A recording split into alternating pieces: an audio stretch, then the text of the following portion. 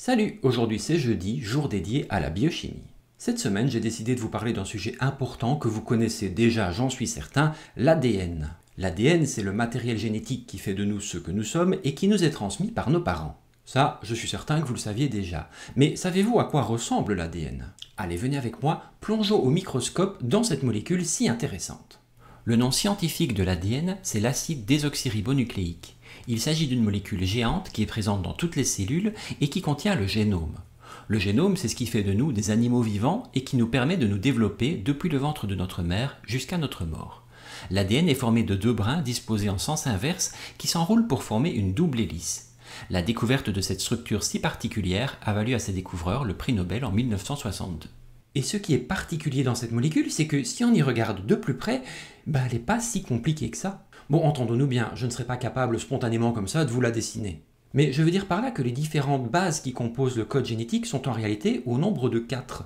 Et elles s'apparient toujours de la même façon. L'adénine avec la thymine et la guanine avec la cytosine. Mais pour voir ça un peu mieux, retournons dans le microscope, venez avec moi.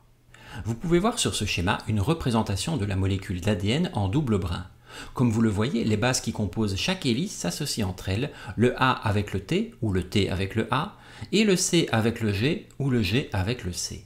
Sur ce schéma, vous voyez à présent le détail des liaisons entre les molécules et aussi le pourquoi cet appariement est si restrictif. Les bases sont en réalité appariées via des liaisons hydrogènes. Il existe 2 liaisons entre l'adénine et la thymine et 3 liaisons entre la cytosine et la guanine.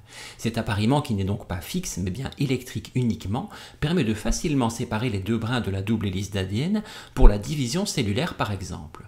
Pour ce faire, une enzyme particulière va séparer la chaîne en 2 parties et recomposer 2 doubles hélices identiques dont une copie va partir dans chaque nouvelle cellule ainsi formée.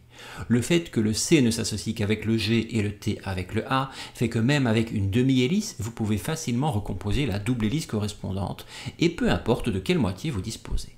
Et cette suite de base, elle permet au corps humain de produire des protéines. Et ceci grâce à des mécanismes dont je vous ai déjà parlé dans la capsule médicale liée à la cellule. Je vous place le sujet ici dans le coin de l'écran, n'hésitez pas à aller voir ça si le sujet vous intéresse, c'est un bon complément à la vidéo d'aujourd'hui. Voilà, j'espère qu'aujourd'hui à nouveau vous avez appris quelque chose, après tout c'est le but de cette chaîne.